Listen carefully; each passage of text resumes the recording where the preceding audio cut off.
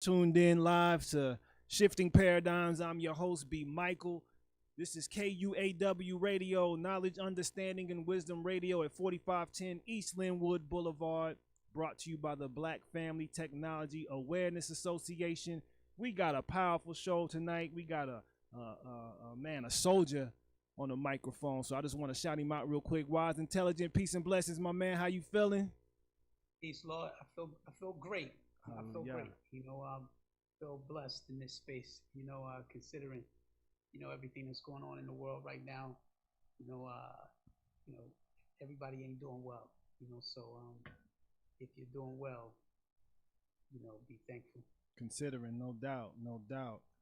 So before we dive into you, man, we want to dedicate this show, and I got that from the song, Too Late, Walimu Bomani Baruti.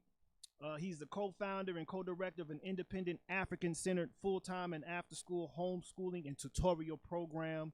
He's the author of 4 self-published books: Excuses, The Politics of Interracial Coupling in European Culture, Negroes and Other Essays, Chess Primer, An Introduction to the Game of Chess, and The Sex Imperative.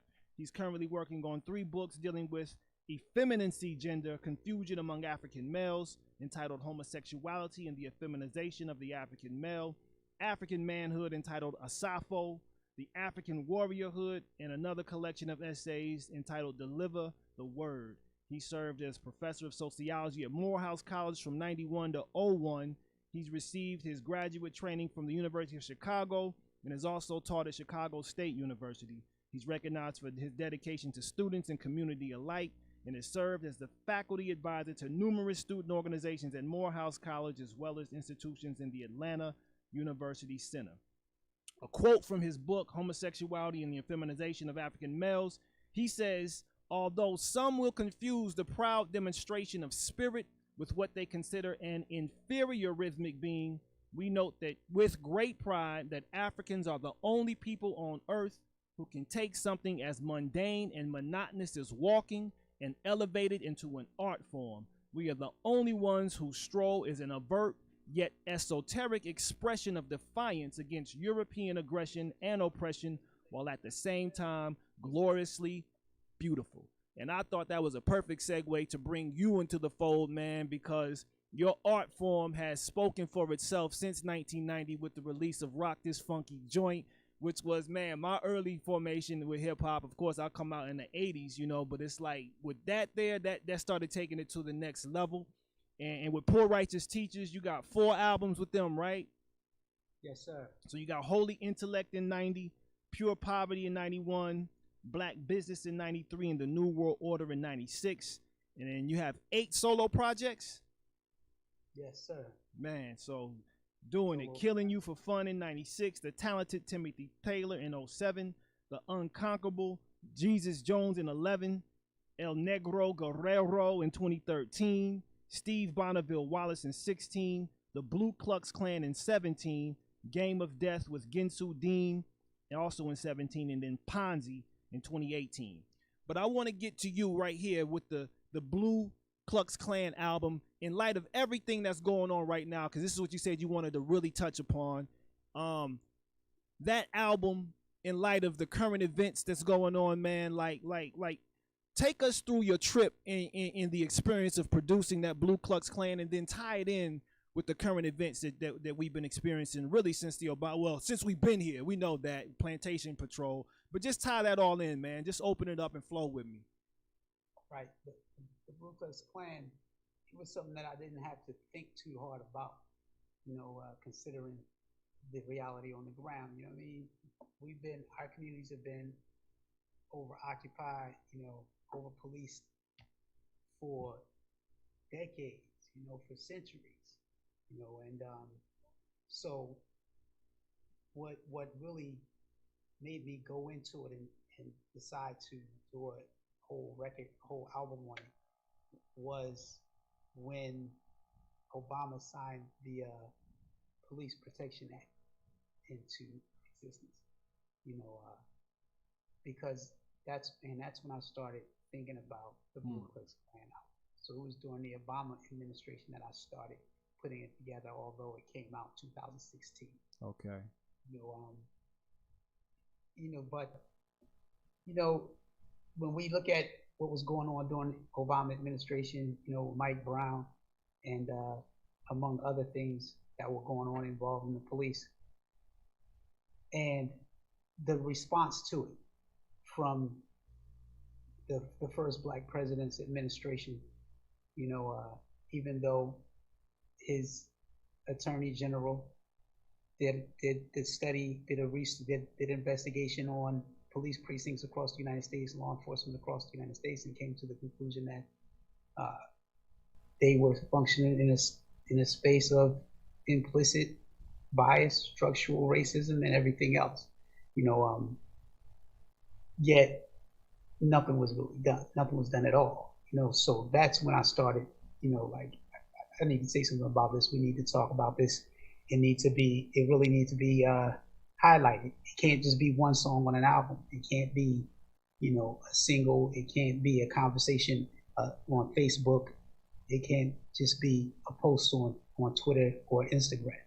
It has to be something that would stay and throughout time, so something, a point of reference for people to go back to and listen to and reflect on the time that and the engagement that we're dealing with the police around the terrorism that we've been dealing with. So that's where it came from. And because all the way back, man, the police, 2006, the Bush administration did a report. The FBI did a report on white nationalist infiltration of America's law enforcement, and concluded that white nationalists had been infiltrating law enforcement across the United States. We know as black people that the police are the white nationalists, and they've been that way. Basically the police ranks. The police were created by these forces. That's who they've always been since plantation patrol. So so the Ku Klux Klan was all of this. It was all of this sentiment. It was a compilation of current and past trauma coalesced into an album. And that's what brought me to the Ku Klux Klan. When you look back, you look at the Mississippi voters' rights protests and movement, with Michael Schwerner and the two Jewish kids and the brother that were murdered by the cops, in Mississippi. When you look at that, who was the cops that pulled them over? It was the cops that pulled them over and disappeared them.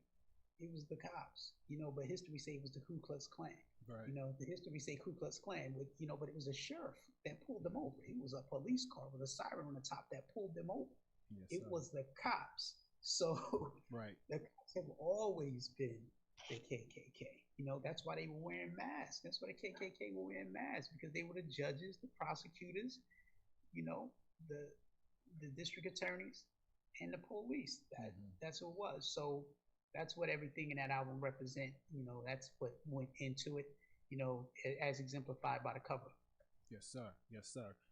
The song for me that stands out the most on that is Too Late, right? I mean, all the tracks just ride, but Too Late really just smacks for me, because it talks about overcoming the repression, the suppression, the oppression, and using that pressure to transform, right? Like explain like what your intent was with that particular song and how you see our response in light of that, and then what are some of the solutions that we can take to get this devil off our back, man? Yeah, I mean, Too Late, I'm a God now is basically saying that, I know who I am, and most importantly, I know who I'm not. So you can't justify murdering me based on the perception that you created, throughout the world, that we're savages, we're gangsters, we're thugs, we're murderers, we're super predators, and things of that nature. So I know who I am. I have knowledge of self. And more importantly, that knowledge of self gives me a complete understanding of who they are. So in the context of who I am. So that was basically where I was going with that. Like you can't fool me. You can't fool me. You can't get rid of me. Mm-hmm. You know, and you can't determine for me. What's real, what's not, what's God, what's devil, what's life, what's death. You can't interpret me. You can't define reality for me. Yes. Because whoever defines reality, Got power. exactly, it Yes, has sir. all the power. That's power. Power is within the ability to define reality and have people accept your definitions of it. So you can't define who I am. For me, you can't even define who you are for me. Right. Right. Because your actions are so loud I can't hear what you're saying. You know, True. True. it's like I can't hear what you're saying. Yes. So Yes. so too late. I'm a god now. I'm a god, and that's the trajectory in which I'm moving. Right. I'm moving in that trajectory. Not only me, my family, my community, and my desire for the world Right. is to move in that trajectory. Oh, man. So I gotta ask this, and I, like I said, I followed you since you came out with Holy Intellect in '90. Rock This Funky Joint was just like a smash to me. I'm like, oh snap! Like this is like it hip hop wise, and you identified as a Nation of Gods and Nerd 5% at that time, correct? Absolutely. And so, in a lot of your most recent tracks, you're proclaiming or speaking about an Israelite consciousness. Is there an awareness or an identification with Israelite nationality now, or culture, any way, I mean, shape, form, or fashion? not necessarily. I mean, in my line of reasoning, the two are not mutually exclusive. Got you. You know, because I mean, it's Israelite doctrine. Yes, sir. That's we are all gods, correct?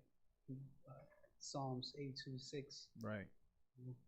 And even in the purported Christian text, John chapter 10:34. So the Israelite, that's a part of our history.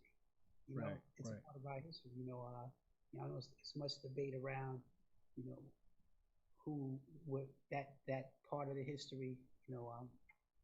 I stay out of the way in those debates. I stay out of the way of that because I understand that we were everywhere before anyone else was anywhere, and that all of the holy books, all of the customs, the culture, the proverbs, even the mythologies are the product of our ancestors. African, undeniably, undeniably. So do you have any perspective of what took place with like Deshaun Jackson and Nick Cannon? Any insight or any feedback that you may want to share on that? Because that was a hot topic for a good few moments. I mean, I didn't see the sit down with Nick Cannon and the rabbi. I didn't get a chance. I haven't had a chance to really sit down and sit on that. But you have to be able to articulate or bring someone in the space that can articulate your position when you're in that space. Like for example, for I don't believe Nick Cannon can be considered an anti-Semite. I don't believe that. It contradicts reality. In so many ways. For example, Arabs would be considered Semites. Right. But to get right down to it, the rabbi who he sat down with, and the entire Jewish community that came for him when he, due to his statements, I don't. As far as him saying that he's an Israelite, he's a true, and the true Israelites were black people. That part of it,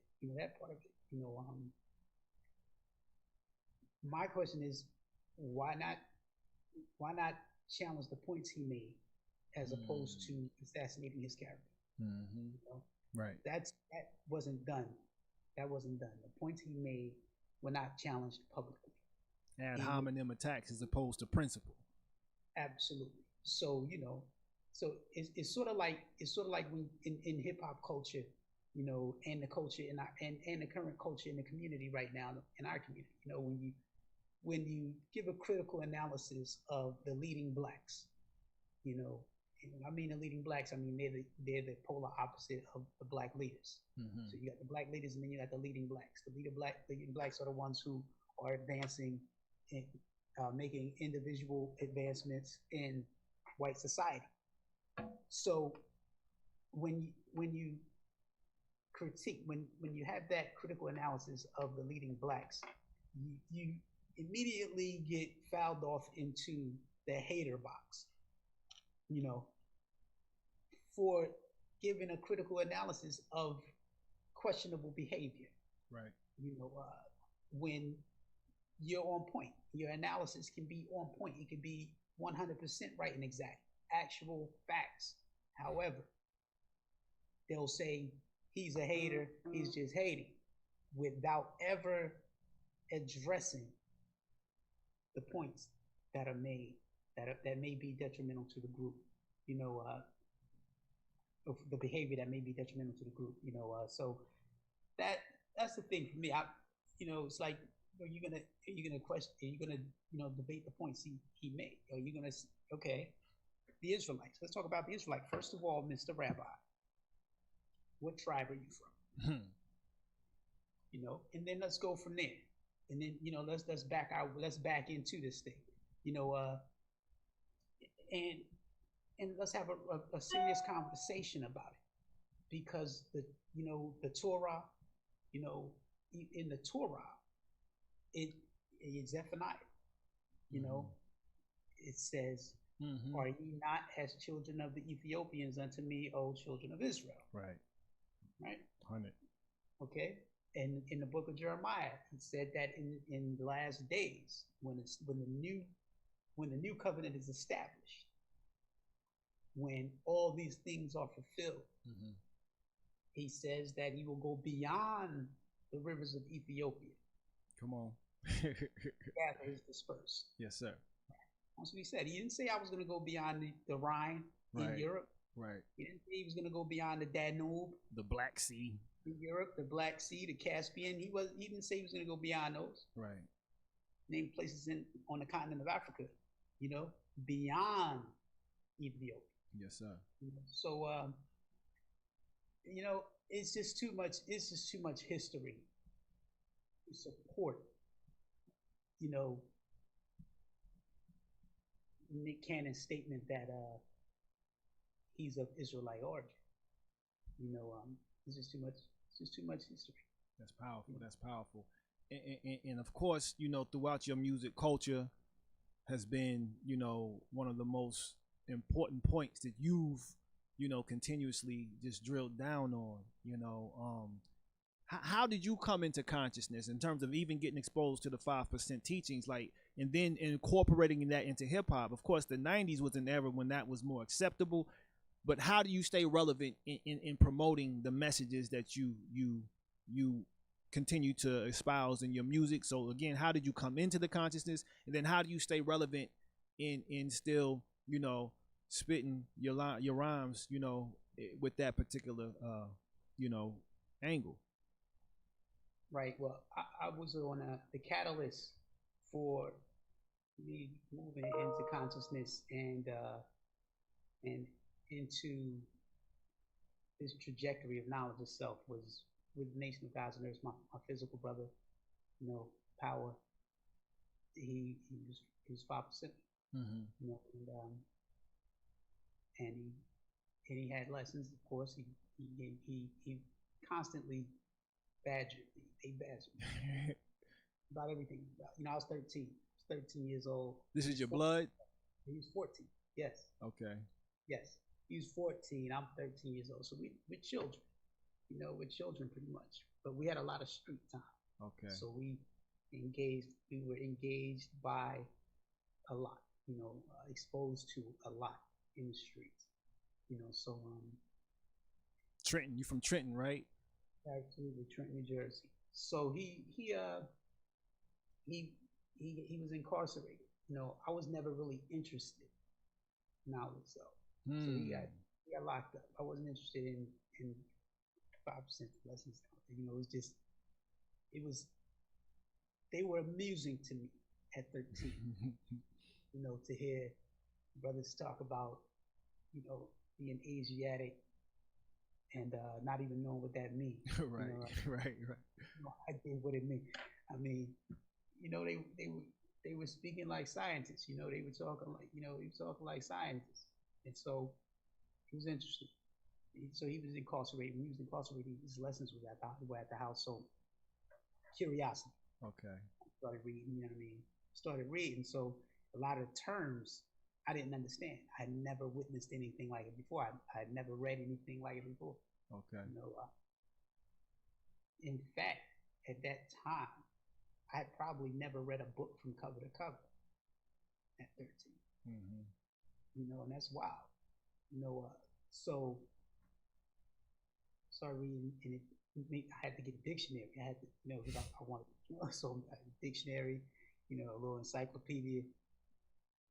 So I'm like, okay, now I'm starting to see, I'm starting to understand a little bit, you know. So then he get out and he started explaining to me, you know, so he would give me mathematics. He would give me mathematics, you know, just put knowledge on a piece of paper, you know, give me that and drill me on it. And drill me on it, like, you know, you have to be able to quote it. You have to know it inside and out. So then that started my thirst for knowledge. Okay. You know, and my desire to know.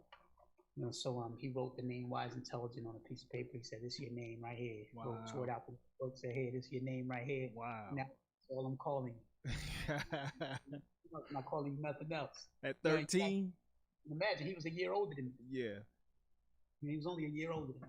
Wow. You know, and he had all of his associates, you know, call me the same thing. All the gods, all the gods. Right, so they wouldn't call me anything else. Wow. So it was stuck. People called me by that name, you know, and so I went with it, you know. I went with it, you know. It's not what they call you; it's what you respond to, right? Right. So that was it. After that, you know, after that, I was on it. I wanted to read everything I could read, learn everything I could learn. Yeah. You know, started attending parliaments, you know, and that's what it was. Okay. You know? Okay. And then we moved into, of course, the hip hop space. You know, well, the rap space. The rap space. Interesting. The hip hop. You know, we were always in the hip hop. You know, I was graffiti right, but at the same time, same age, I was spray painting a lot. You know, and the whole scene, the whole hip hop scene. You know. But then we moved into rap, you know, and he introduced me to culture. My brother Power introduced me to culture. Culture was one of his associates. Mm-hmm. So Power introduced me to culture, and then me and culture clicked really hard. So me and culture started. We locked in at that early age. Okay. We locked in before I became a 5%. Gotcha. We locked in when neither one of us were 5%, neither me or culture. You know, I don't even think my brother P was P didn't even have lessons when him and culture connected. You know, so yeah. We all connected early. You know, we were like 11, 12 when I locked in with culture. You know, so culture lived in Divine Land. You know, culture lived in Divine Land before I moved to Divine Land. Okay. You know, so culture would come down around our neighborhood, and we just hang out, and then that evolved into us doing what we do. You know, the rest is history, right? The rest is history. You know, the rest is history. You know, me and culture started rocking together, doing records together, doing demos together, and we linked up with Shaheed. Man, peace be upon him. Absolutely. You know, and from there, we were making records, man. We're making records. That's powerful, man. We're going to do this. So we're going to take a brief break, about a 1 minute, 2 minute break. just do some station identification. But this is Shifting Paradigms. You're tuning live to Intelligence Paradigmatics with my man, Wise Intelligent. Big up to the guy, man. I'm so excited to have him here. We're going to take a brief break. And if anybody wants to call, 816-599-6893 when we come back. If you got any questions, any insights, or anything you want to ask or share with Brother Wise, please call in if you have any questions or something, and we'll be back shortly. Yeah.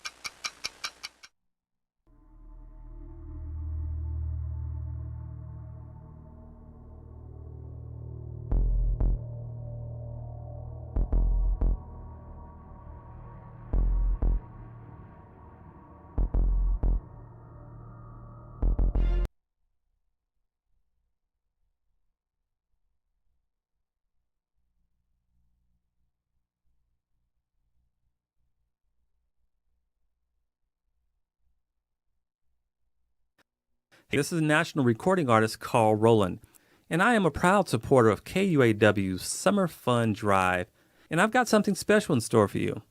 So come on and join me. Head to KUAW.org and donate now. There is no minimum, but your support of $5, $25, or even $100, it doesn't matter. Whatever you choose will support the community station that gives back to you through knowledge, understanding, and wisdom. And just for being a value listener and supporter, I'd like to give to you my complimentary 10-song smooth CD music pack featuring my new hit single, A Natural High. So don't hesitate. Donate now. And hey, it's even tax deductible. And did I mention I'll be giving to you my 10-song smooth CD music pack? You can't beat that hookup. So I'm going to go ahead now and thank you for your donation. Be sure and include your email address, and we will send you information to receive your 10-song CD pack. Thank you for supporting KUAW Radio.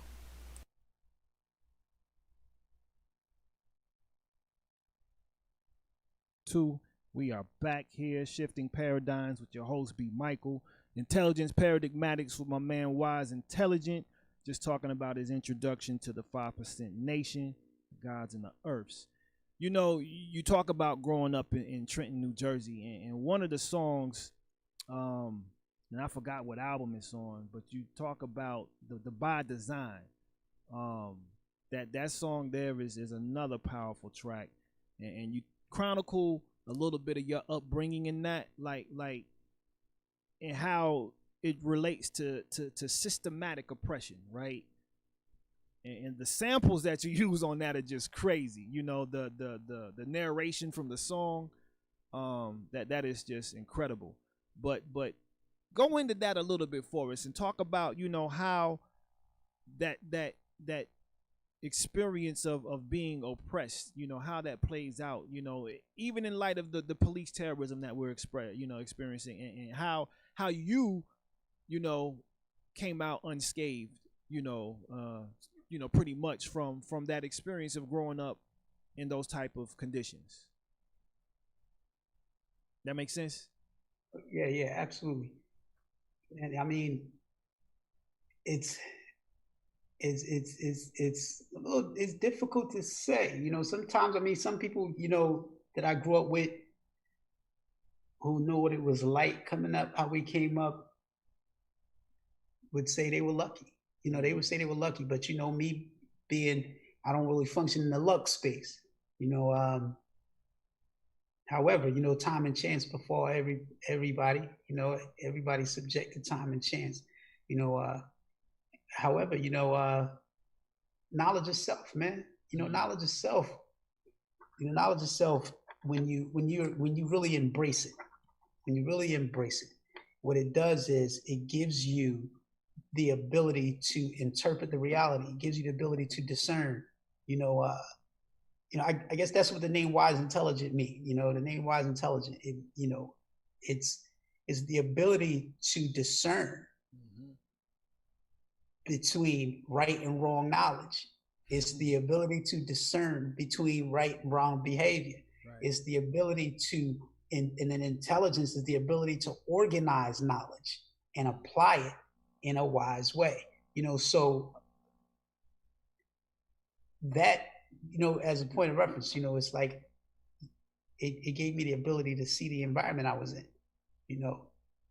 Without that, I wouldn't have been able to really understand how the environment was shaping the behavior around me.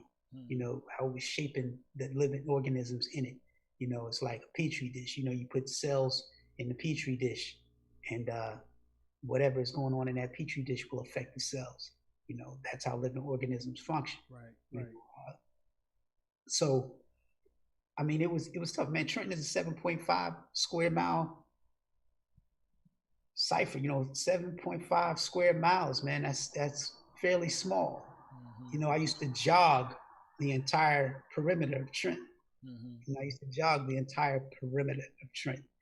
No times like 7 miles, like 7.5 miles. So we're talking about a high school with a 71% poverty rate. We're talking about a city with a 24% poverty rate. So it was what it was. Poverty was concentrated into Trenton by design. And that's what that song was really getting at. Because I'm not just talking. People think that a conspiracy, blame the white man, it's like, you haven't studied your environment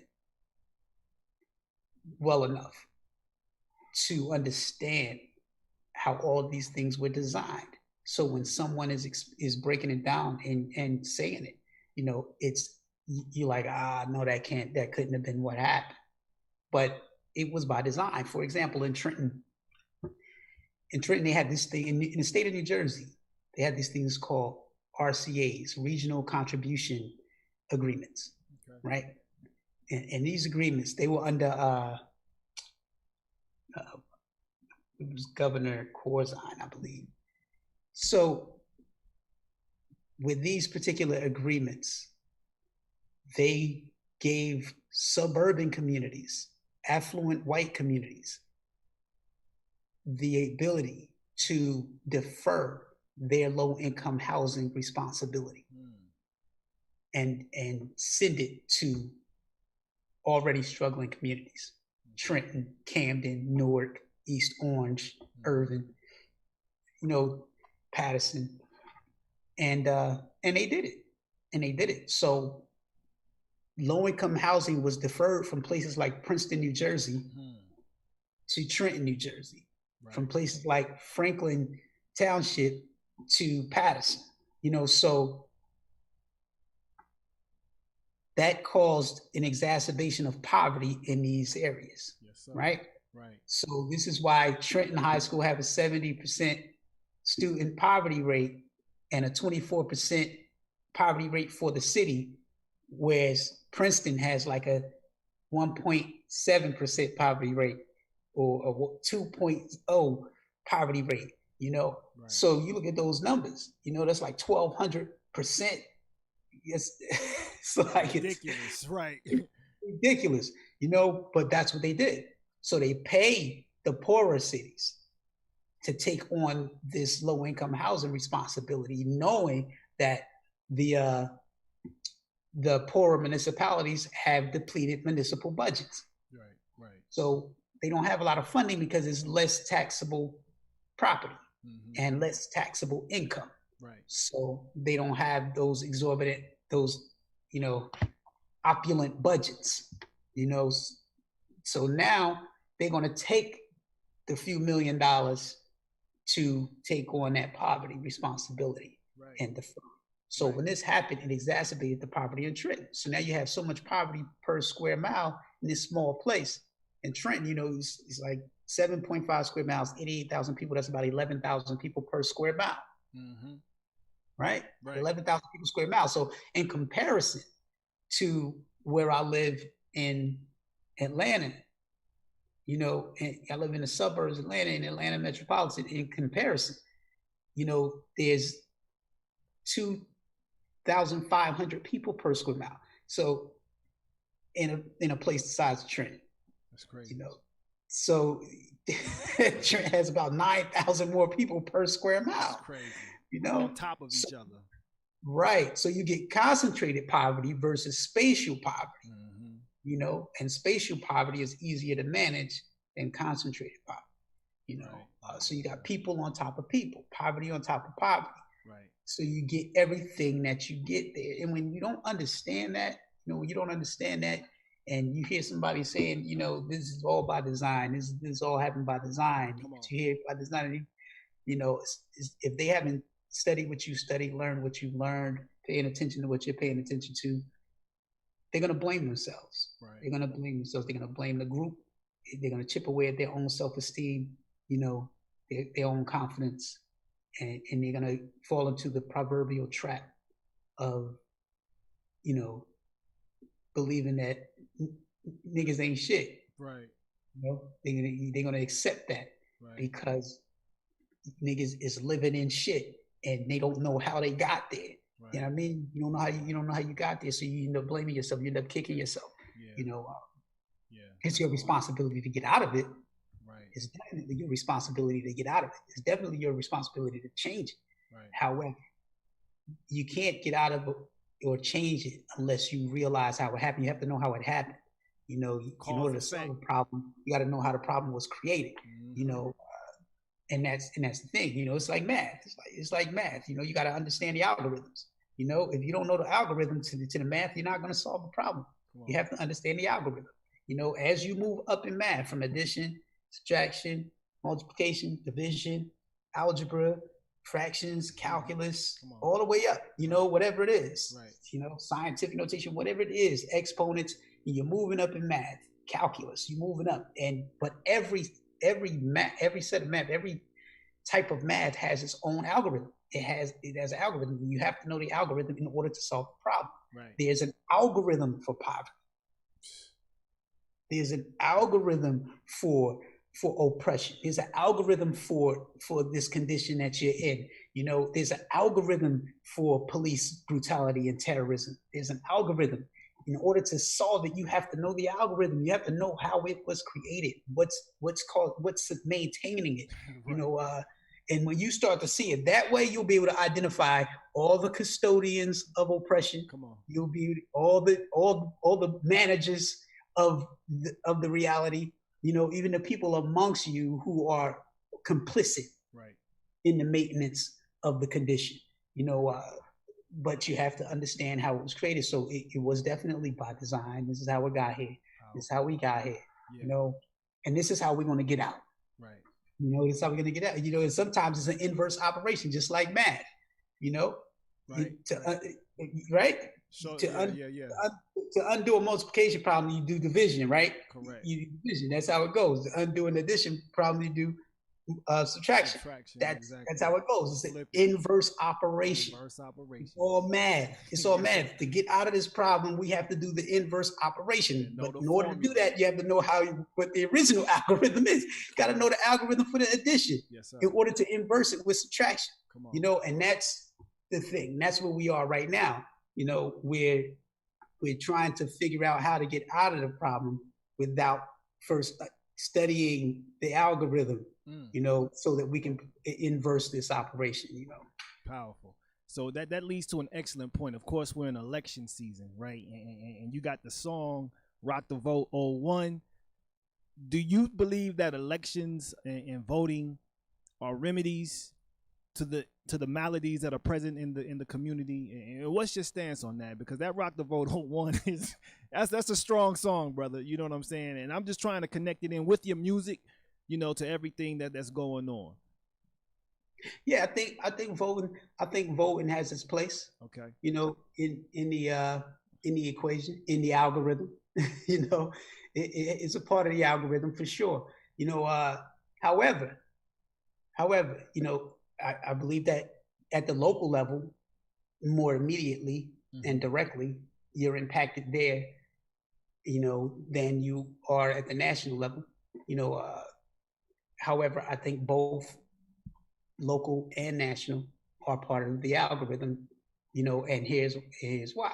Because they're creating policies that are going to affect you on the ground. However, this is how I see voting. It is my belief, my understanding. Disclaimer. Right, exactly. So that politicians are like prostitutes with a point of view. You know, you don't vote for them, you buy them. You know, you buy them. You know, and that's the thing. We're under the assumption that voting for this politician is going to oblige him to represent us, right? You know, to represent us, to move in accordance with our interests, our needs, you know, our demands. You know, that's not going to happen. That's not how it works. He's beholden to who finances him. You know, you know, that's the nature of a capitalist society. You know, it is what it is. So you buy them. You know, other than that, you're gonna get what you get. You're gonna continue to get what you get until you can buy them. You know, that's crazy. And the reason that we're not is, you know, we don't even have lobby. We don't even have a lobby. I mean, we should have the black pack. You know what I mean? We should have the black pack. You know, the BLAC PAC. We the black pack over here. We got our own lobbying group. You know, and we sending our guys down to DC to lobby politicians with money, with capital. Right. You know, because that's what they respect, capital. You know, that's what and anything else. Yeah, you know, you're not moving anything else. You're not moving anything with voting alone. You know, you can vote all you want. You know, all right, perfect example. Hillary Clinton won the popular vote. Right? Yep. Why isn't she president? Yep. Because the electorate. Yep. Right? The electorate is going to decide every time. Yep. So, you know, who's to say the electorate ain't getting a check from somewhere? Who's to say the electorate doesn't have biased political views? Who's to say that any member of the electorate is not racist? Right. Same thing happened in 2000 with Gore and Bush. It's like we just forget. Here you go. Right. So, you know, at the end of the day, power is what we should be talking about. You know, we're not talking about power. We ain't talking about nothing. You know, and understanding power, how to acquire it and how it functions is key. But we're not functioning in the power space. We're functioning in the humanitarian space. We're functioning in the out. You know, oppressed people often take the humanitarian approach to things by lack of choices. You know, by feeling as though they don't have an option. Right. You know, so it's just like my mother used to say, beggars can't be choosy. You know, beggars can't be choosy. And we're in that position. We feel like we're in that position. Right. If you didn't the reality vote, you is complain. Right. When the reality is we have power. We have power. We just haven't coalesced it. Yes, sir. You know, we have, you know, like I function in the not-for-profit space, you know, building financial literacy, entrepreneurship, community economic development programs, and implementing, you know, so in that space, you know, the power structure referred to our communities as under-resourced communities, right? So they say, okay, these are under-resourced schools, under-resourced communities, under-resourced neighborhoods, under-resourced students, you know, when in reality, we're not an under-resourced community. At all. We're over-extracted community. Like Africa. Right. We're over-extracted community.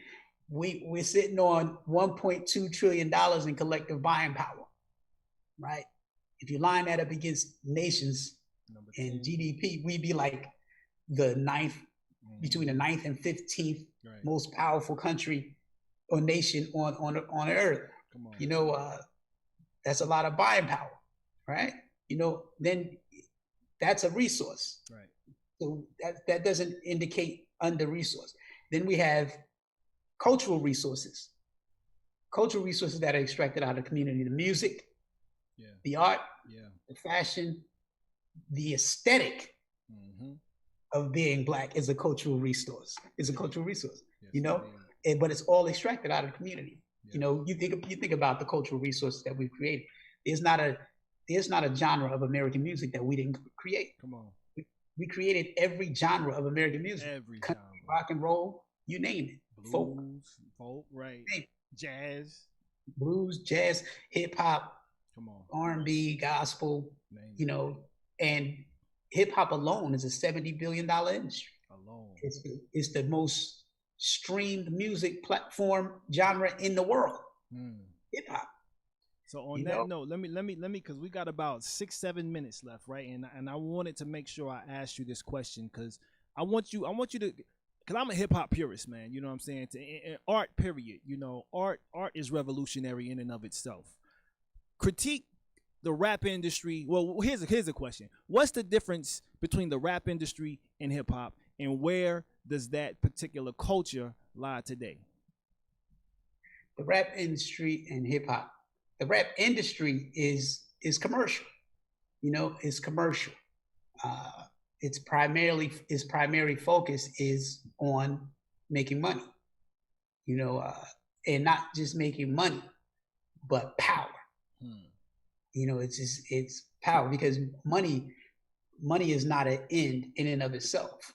Money is a means to an end, right? So they're making money to do something else. They want to make money to control other things. Power is about control, you know, so controlling narratives, you know, and that's what, when we're talking about the rap industry, the power is the power to control narratives, the power to define reality and have people accept my definition of the reality.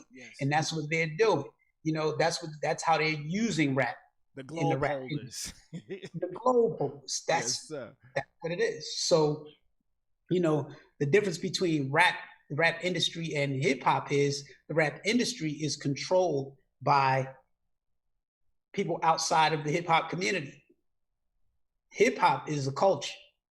You know, hip hop is culture. Rap music is a business.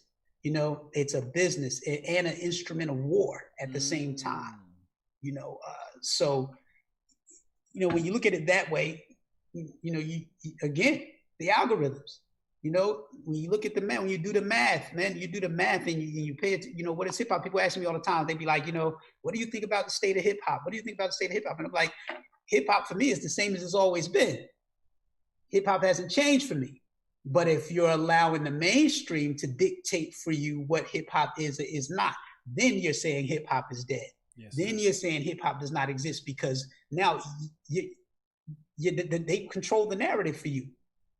They've controlled the narrative for you. When you're complaining about hip hop and what hip hop is, you're a victim of their ability to control the narrative. Because nothing's wrong with hip hop. There's many conscious artists as there've ever been in hip hop, even more today than it was then. It's just that they're not playing in the platforms that you subscribe to receive your cues on what hip hop is. Whereas when conscious music was in the mainstream, then you thought hip hop was this conscious thing. You said, oh, hip hop is this conscious thing. But at the same time that hip hop was conscious, the same time that we was dropping all these jewels and, you know, motivating people towards positive attitudes and lifestyles, at the same time, there were artists who were not advocating those messages, you know? But you had a selection. They were there. Yes, you know, they existed. You know, they existed, but the mainstream dictated what was what, even in the golden era of hip hop.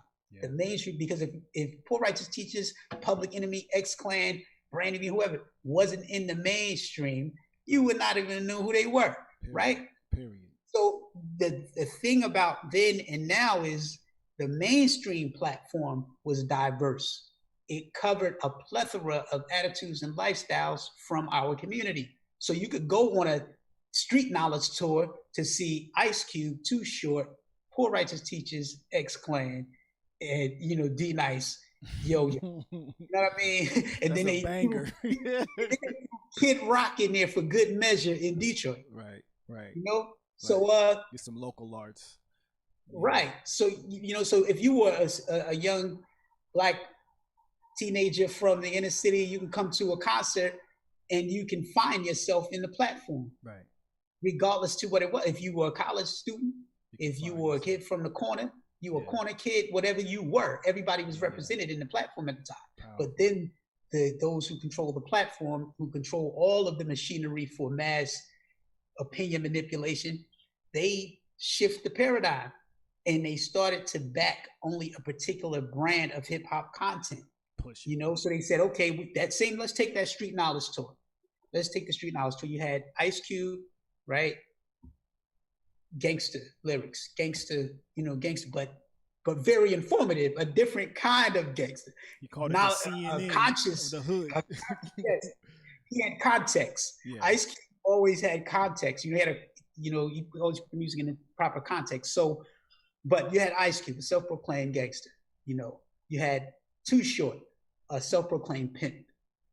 You had X Clan, self-proclaimed pharaohs and kings. Right, revolutionaries even. Yeah. Revolutionaries. You had Poor Righteous Teachers, self-proclaimed gods. You had D Nice, a b-boy. You know what I mean? A straight b-boy and DJ, and then you had Yo Yo, street chick. And that's what it was. So today, what they did was they said, okay, we only want the gangster and the pimp. We only want the gangster and the pimp. That's the narrative we want, right? Right, because these other ideals are not allowing us to control the narrative the way we need to going forward. Yeah. And that narrative, the narrative that has to be pushed has to be the narrative that's consistent with the narrative that they've pushed for 400 years. Correct. Everything has to fall within that narrative that we're infantile, feeble-minded, sexually deviant, drug abusers, women haters, and things of that nature. So that's what we have to look like super predators. Right. Let me, because I got one last question because time is short. What 3 songs from your discography do you say are the most impactful songs that you've written? And that I'm gonna have to end on that because time. What 3 tracks that you've written are the most culturally, most conscious, most political, most just uplifting tracks that you've written? What would you say? And I'm gonna have to end you on that one. I'm gonna say Genocide. Okay. And I'm gonna say Globe Holders. Yes, sir. And that's a hard one, I know, because you got some tracks, brother. Right, so that's why I'm just throwing stuff out there. I'll probably think about it after this and be like, nah, it wasn't none of those. But the third one would probably be